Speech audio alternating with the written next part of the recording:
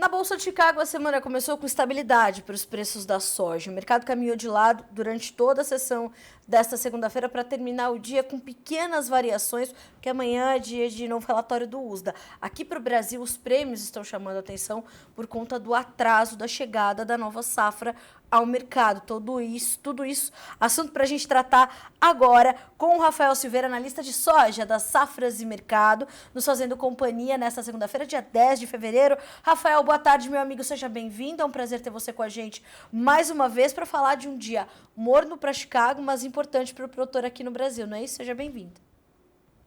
Muito boa tarde, Carla. Boa tarde a todos. E sim, um mercado que hoje não teve grandes surpresas na bolsa, mas que aqui no mercado físico sempre acontece alguma coisa, né? É verdade. Vamos começar por ele, então, Rafael. A gente conversava um pouquinho antes de entrar no ar e você falava justamente sobre o atraso da chegada da nossa nova safra ao mercado e como isso vem pautando ali o caminhar dos preços e dos negócios aqui no nosso mercado, né?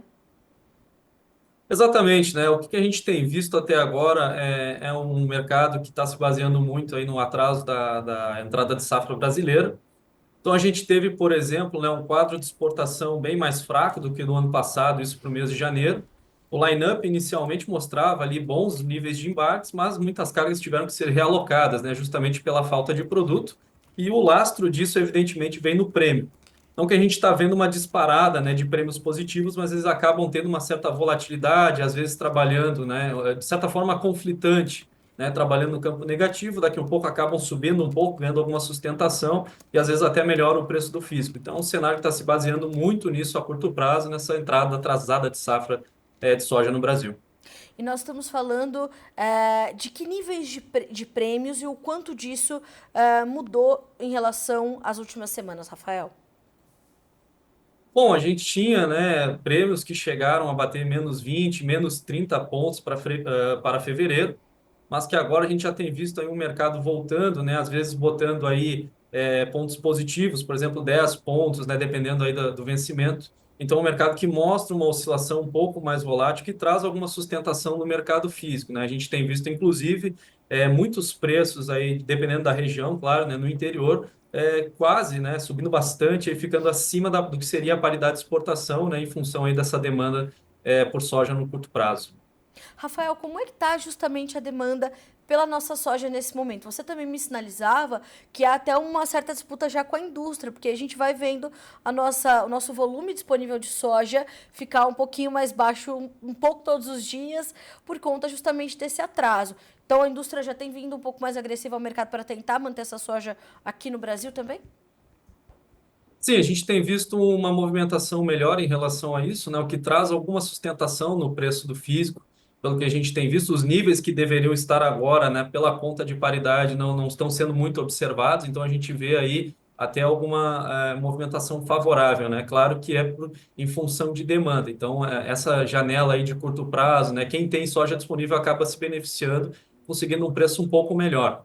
É claro que isso tudo, né, a gente vai frisando, é muito a curto prazo, né? A safra brasileira de soja, embora atrasada, ela ainda vai fazer um efeito, sim, principalmente no mês de março.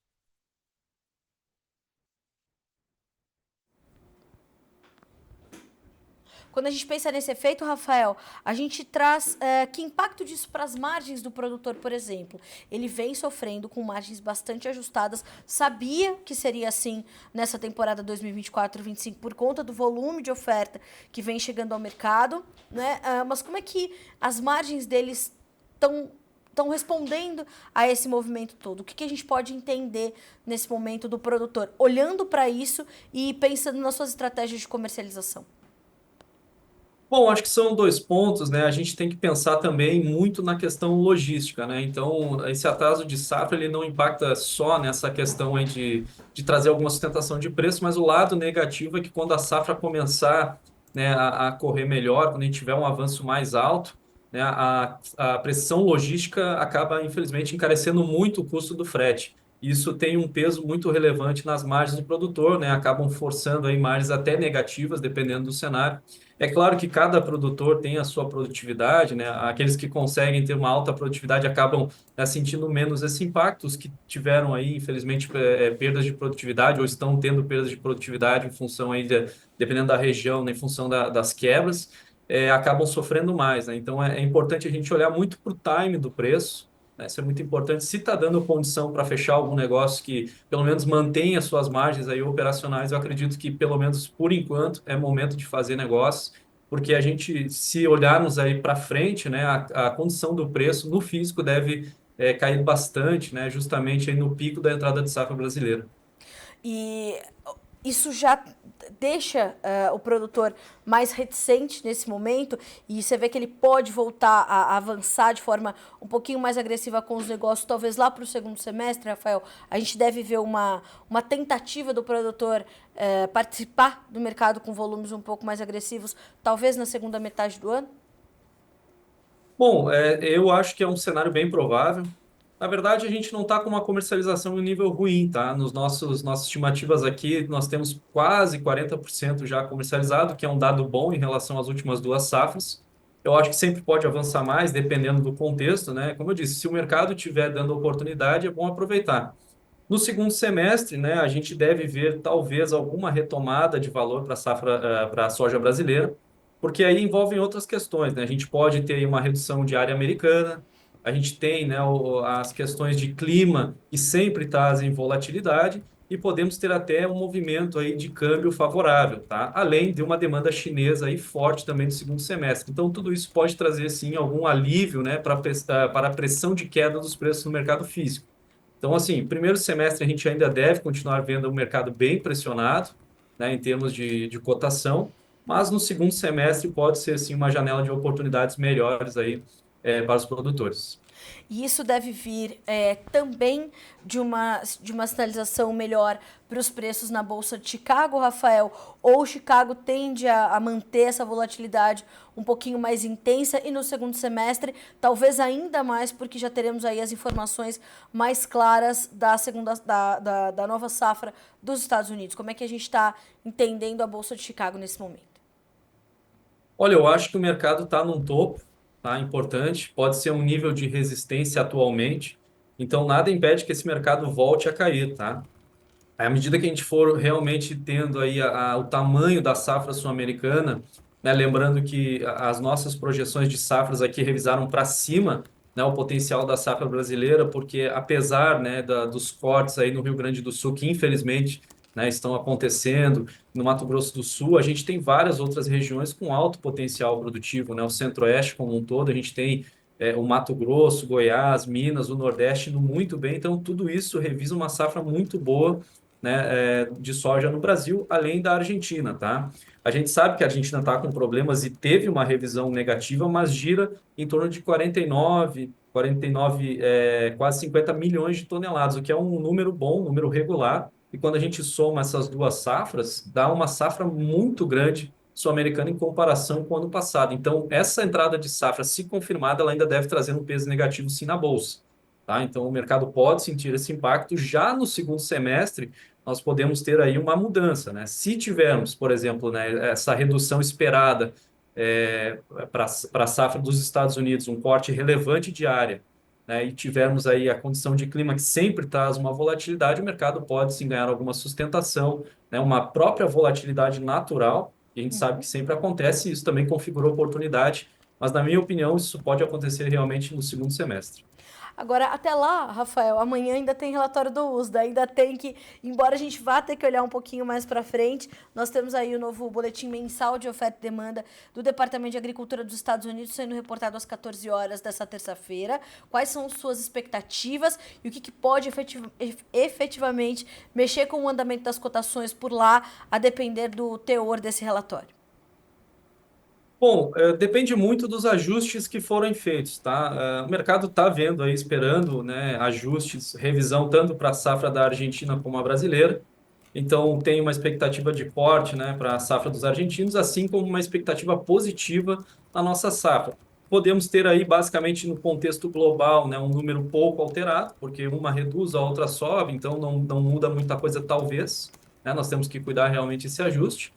Para a safra dos Estados Unidos, não creio que tenha muita mudança, embora a gente esteja vendo no curto prazo ainda uma boa, né, demanda, principalmente chinesa, aí pela soja dos Estados Unidos, mas é um relatório que não deve alterar muito a situação de mercado, tá?